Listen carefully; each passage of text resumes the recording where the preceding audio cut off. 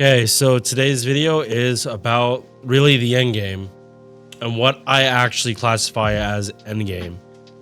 If you ask a lot of people, bond points and serving coins are going to be considered end game. But here's the thing, in most other gacha games, this isn't end game. These are features.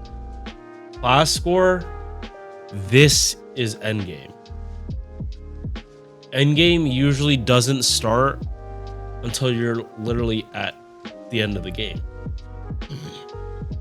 Or towards what the original content release of the expansion of the game would have you like farming for the rest of pretty much for the rest of the game.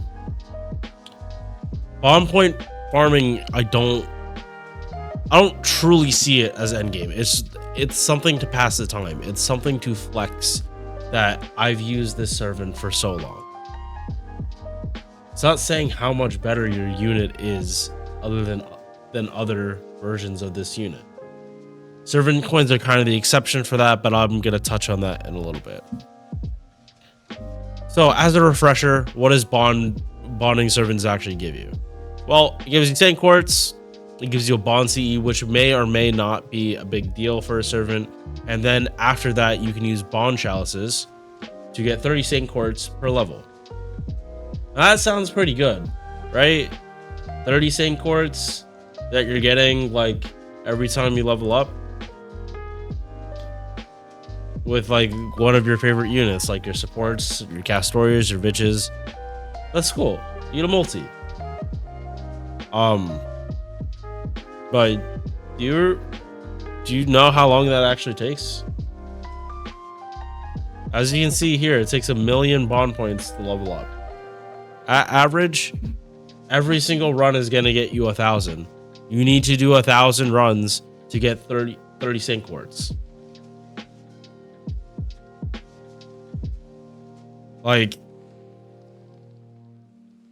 I don't think people understand like how long some of this shit actually takes, to the point where like, cool, you were able to earn 30 Saint quartz for free, but you could have been getting all this other stuff for other units. You could have been unlocking your pens. You could have been doing a lot of other stuff. And if you luckily for any servant like bond 11, you're getting 30 Saint quartz. Imagine if it was a low rarity unit that you were just bond grailing because, you know, low cost, like Unger Minu, you kept bond grailing him. Imagine if you got less Saint quartz for that because you wanted to have like another unit like actually getting bond points, getting the cost, and still getting those Saint quartz. This is a little rambly, but like this is where my head is. Like the serving coin system, the bond point system are not good. They are archaic systems, especially this one. This is archaic for gacha games.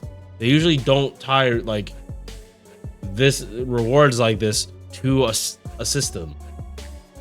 Genshin, for instance, you didn't get shit. You got extra dialogue and you got like an emblem for maxing out like the bond with your characters. Having just characters in the party isn't supposed to be something that is considered endgame. It's to show that you like the character. While I do see this system as flawed, right now there's no fixture serving coins. So right now, besides summoning for MP6 of a 5-star, you have to get into this system. Now, luckily, and I say this with asterisks,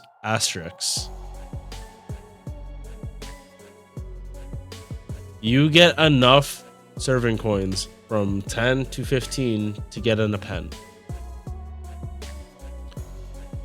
Level 1 through 6 and 1 through 9, you get 60.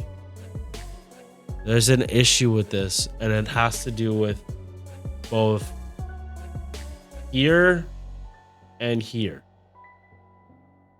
Or no, sorry. Here and here. No matter what you do, you cannot change how much bond you have to actually do if you're like a low spending player in order to unlock appends. If you do not go to MB2, you need bond 11 and 12 to actually unlock appends.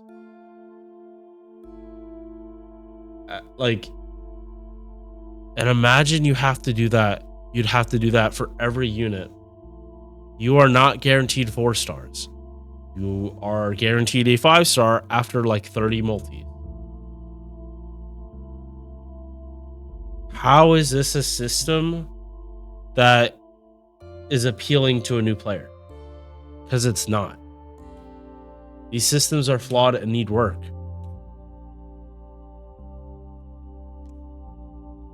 Going by that logic, just increasing the bond cap is not going to change any problem other than for the people that already have bond 15 units. And yes, I do know a lot more servants on people on JP are having bond 15 units. I understand that, but JP is going on year 8. They introduced this part with Lost Belt 3, so people have had years to do this. And another example of this is the level cap went up. Last time it went up was Hankyo, which we just got on NA. Now the level cap went up by another 10. How long is it going to take people to reach the cap again? It's the same hamster wheel that we've been going on for years. I would at least like something different than just more of the same of a system that was meant for a gacha game made in 2014. This was a band-aid fix. This was a partial band-aid fix. I think serving coins do so much for the game. I think they completely changed the meta. They completely change what servants you can use. They change what mystic mystic codes you can use. What CEs you can use. How much you can crank the bond points on your team before there's diminishing returns. It gives a reason to go for certain bond levels on servants. I don't have an issue with that. I think that part is fine. The issue is with asking people to summon for units above the maximum. Imagine going to Honkai and Genshin. Someone gets an C6 Ganyu. Then you tell them, okay, now keep summoning on Ganyu. They will look at you like you're crazy, like, why the fuck would I keep summoning on this banner? I already have her. I probably have her and all the units on it at C6. Why would I keep summoning? Oh, you need more Stardust for the shop. But I could summon on another banner to get more of that. No. Just keep summoning on this one. You'll get more faster. Like, do you guys get the thought process of that? Like, you're asking someone to spend more money for a currency, not for more fun. You're asking for a currency.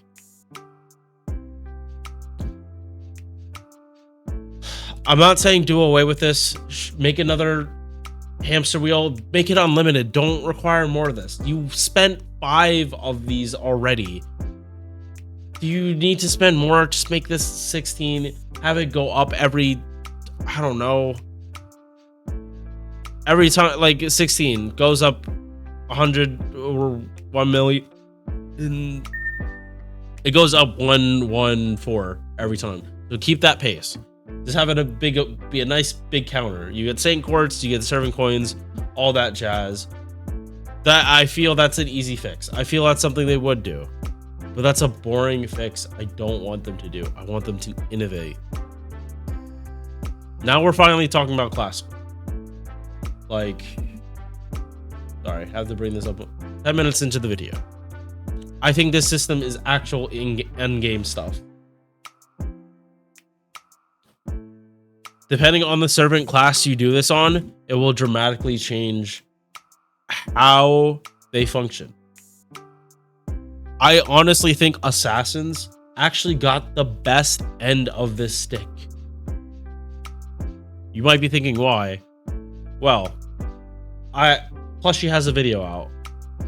Very nice graphic, very nice picture that says all of the buffs you can get for an ordeal call, or not ordeal call, a class score setup. All of the nodes, what it actually gives you. Hard buffs, 20% each, that only affect the damage. I think this is worded wrong because only affect attack would change the scaling. It's probably damage. Buster crit scaling, quick crits get more and makes more sense because quick cards do less damage. So them having a higher crit multiplier makes sense.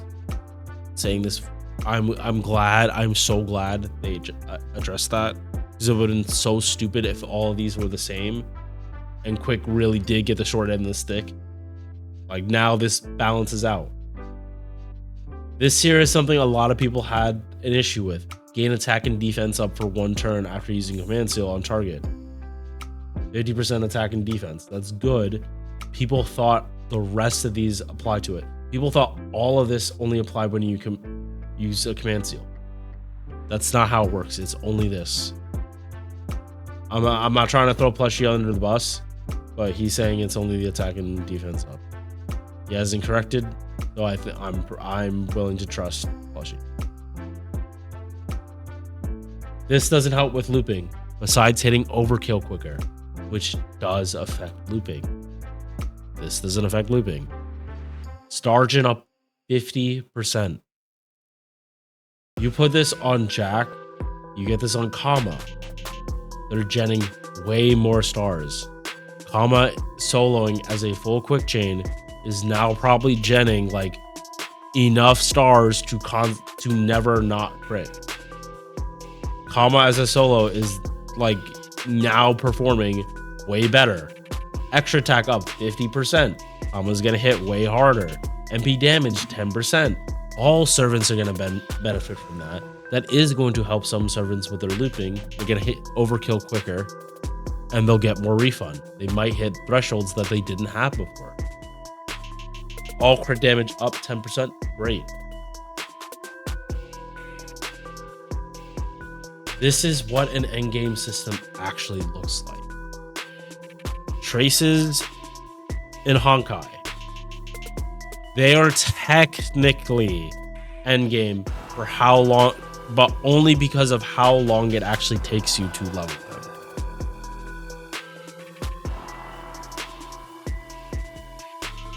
This is more endgame because of how heavily they time gate it. Endgame is usually time gated in gacha games by daily restrictions, not by how many times you can run a node.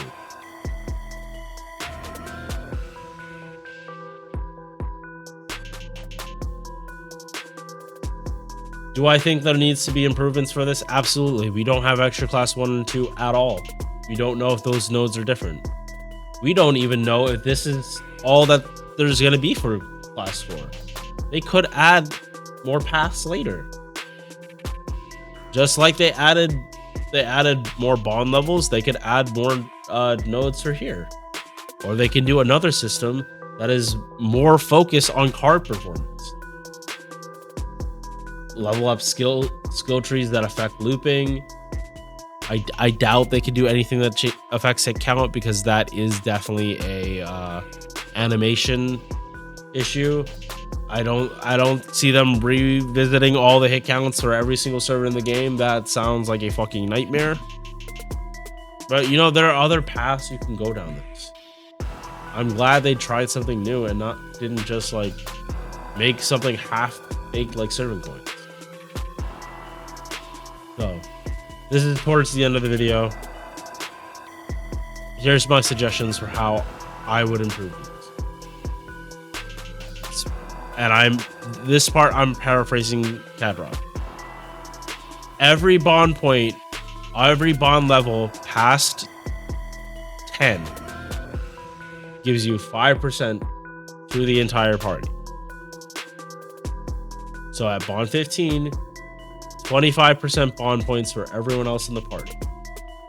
If you really want to keep seeing a number go up, add in like a 16 and like just have it keep going. You periodically get rewarded with sync quartz and servant coins. Sure, why not? It's not the option I would choose. It's an option. I just don't think it's the most healthy for the game. Servant coins.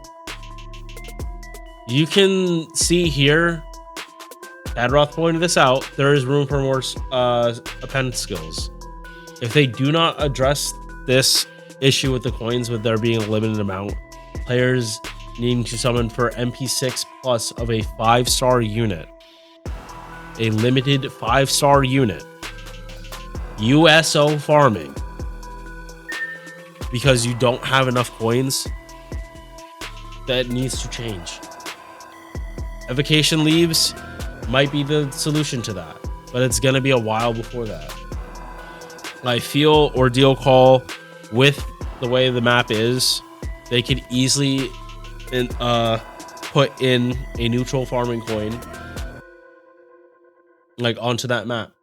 You would use their storm pods, and for depending on the rarity of the servant, it would cost more of those neutral coins to convert it to a coin of that specific servant.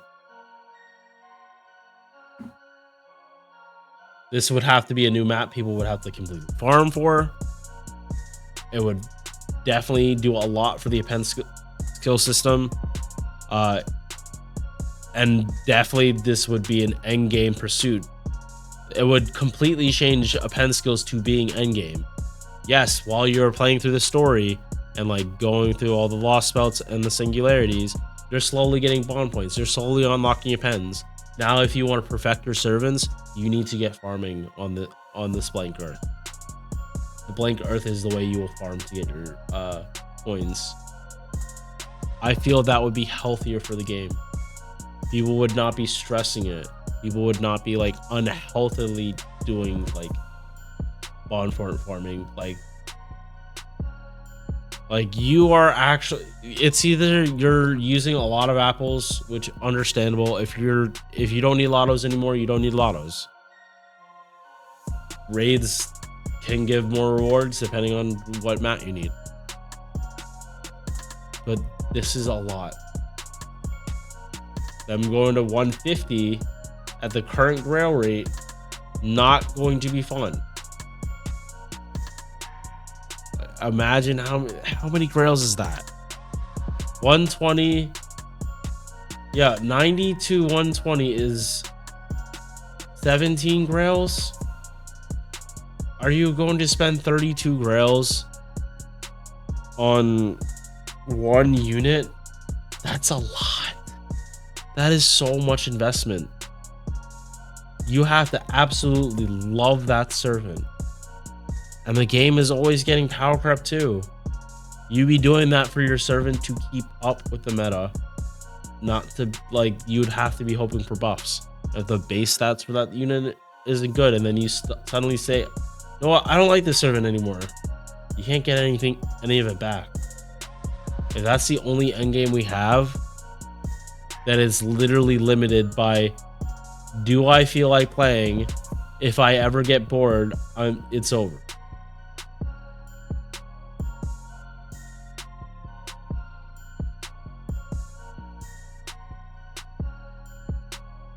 Last score, we honestly don't know enough about it.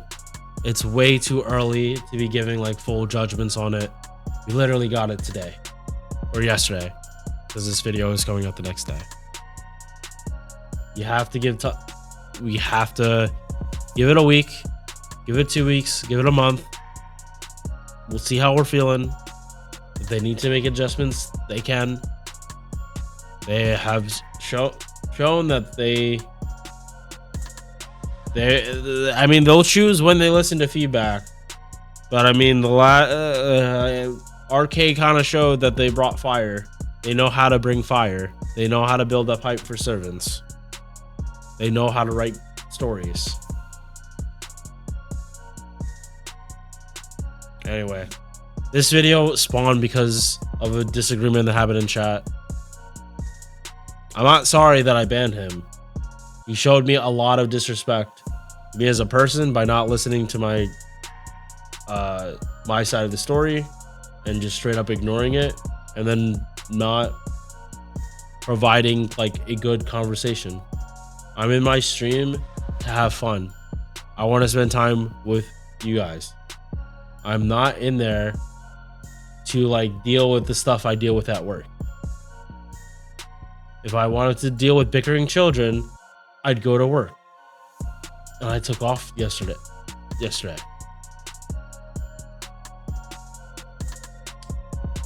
That's my 2 cents on it.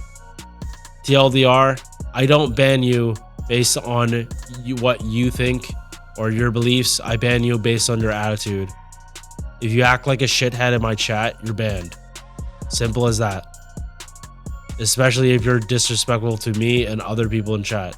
It's fine to have fun, but you have to know when to stop.